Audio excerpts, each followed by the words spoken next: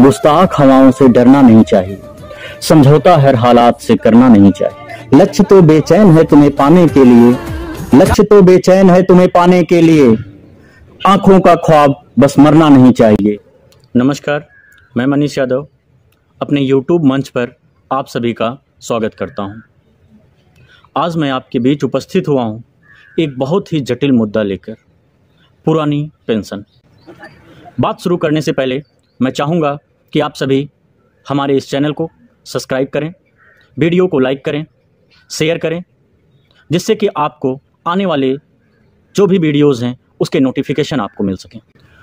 पुरानी पेंशन किसी भी कर्मचारी और शिक्षक के लिए स्वाभिमान और सम्मान की बात होती है कि जब भी कोई कर्मचारी रिटायर होकर के अपने घर वापस आता है तो उसके चेहरे पे जो सिकन होती है, उस सिकन को दूर करने का काम करती है पेंशन।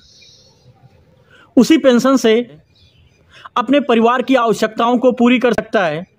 ये वर्तमान सरकार ये चाहती ही नहीं है कि हिंदुस्तान के नौजवान हों, उनको रोजगार नहीं देना चाहती। जो आज रिटायरमेंट लेकर के घर वापस आ गए हैं उनको पेंशन नहीं देना चाहती है। जो आम जनता, जो शिक्षक, जो कर्मचारी आपको उस सरकार में बैठाने का काम कर सकती है, वही जनता, वही कर्मचारी, वही शिक्षक विभाग आपको उस कुर्सी पर से उखाड़ के फेंकने का भी काम कर सकती है। तो आपको चुनौती मैं दे रहा हूं कि अगर हमारे शिक्षकों के, हमारे कर्मचारियों की आवाज अगर नहीं सुनी गई, अगर उनकी बात को नहीं रखा गया, तो इस देश में जिस तरीके से 5 राज्यों में पुरानी पेंशन बहाल कर दी गई, उनको मजबूर कर दिया गया कि अगर हम आपको वोट उसी कीमत पे देंगे जब आप हमारी पुरानी पेंशन को बहाल करेंगे। तो मैं उन 5 राज्यों के सभी शिक्षक और सभी कर्मचारियों को बधाई देना चाहता हूं।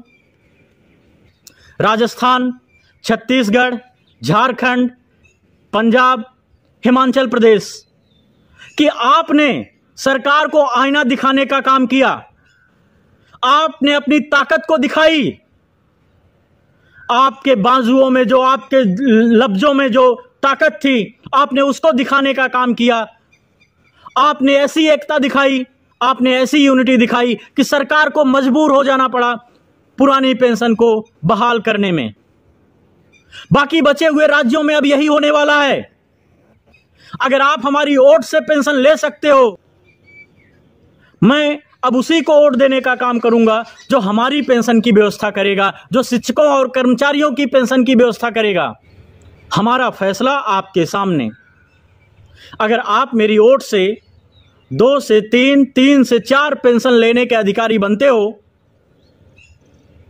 तो अब मेरी वोट उसी सरकार को जाएगी जो पुरानी पेंशन बहाल करने की बात करेगा, जो पुरानी पेंशन को लाने की बात करेगा।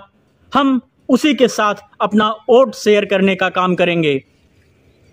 लेकिन जो हमारी पुरानी पेंशन योजना थी, उस योजना के तहत अगर 1 लाख रुपए किसी भी व्यक्ति की तनख्वाह है तो उस तनख्वाह का 50%, कितना, 50% उसको पेंशन के रूप में मिलती थी और साथ में टीएडीए भी।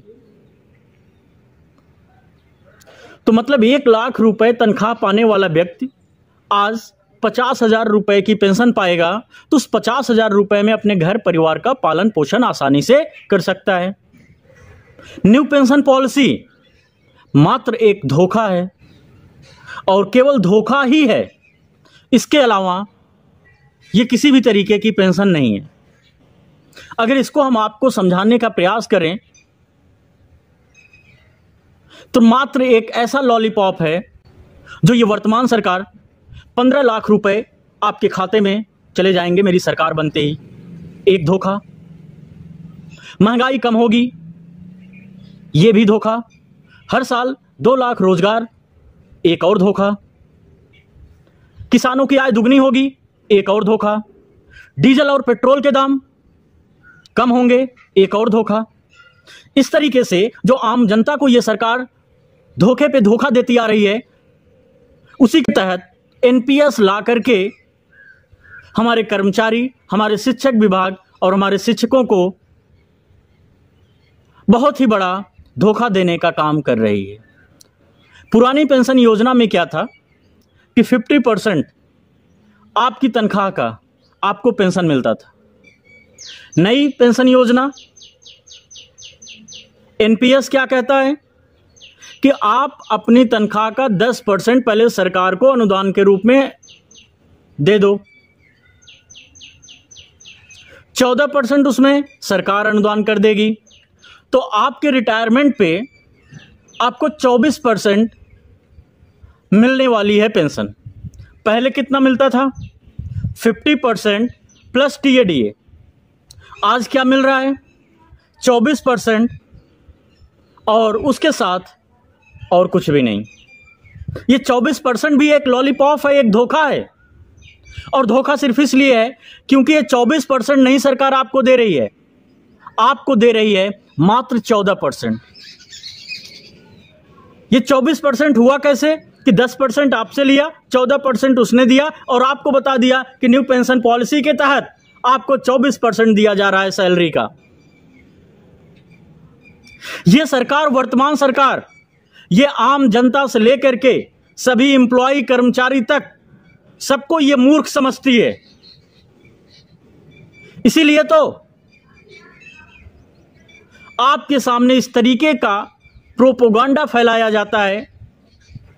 मैं आपको मिला 50%, नई पेंशन के तहत अगर आपको कुछ भी मिल रहा है तो 14%। मतलब सोचने वाली बात है कि जहां पे आप 1 लाख रुपए अगर आपकी तनख्वाह थी तो आपको 50,000 रुपए पेंशन मिल रही थी, लेकिन नई पेंशन पॉलिसी के अनुसार अगर इसको सही मायने में समझा जाए तो 1 लाख जिसकी महीने की तनख्वाह है उसको मात्र 14% मतलब 14,000 रुपए पेंशन मिल रही है। तो मतलब हर व्यक्ति से, हर एक एम्प्लॉय से हर महीने 36,000 रुपए वसूली करने का काम ये वर्तमान सरकार कर रही है। मैं आप सभी से निवेदन करना चाहता हूं, इस सरकार, सभी सांसदों से निवेदन करना चाहता हूं, सभी विधायकों से निवेदन करना चाहता हूं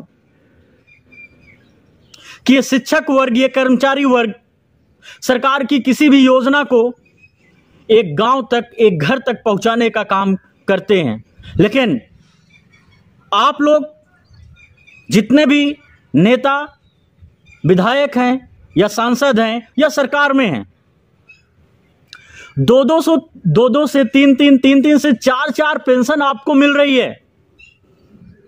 यह कहां का न्याय है? ये किस तरीके से आप जनता के सेवक बने हुए हैं? अगर इस तरीके की आपकी पॉलिसी रही तो आपको एक संज्ञा से नवाजा जा सकता है कि आप इस देश के सेवक नहीं बल्कि इस देश के भक्षक हैं।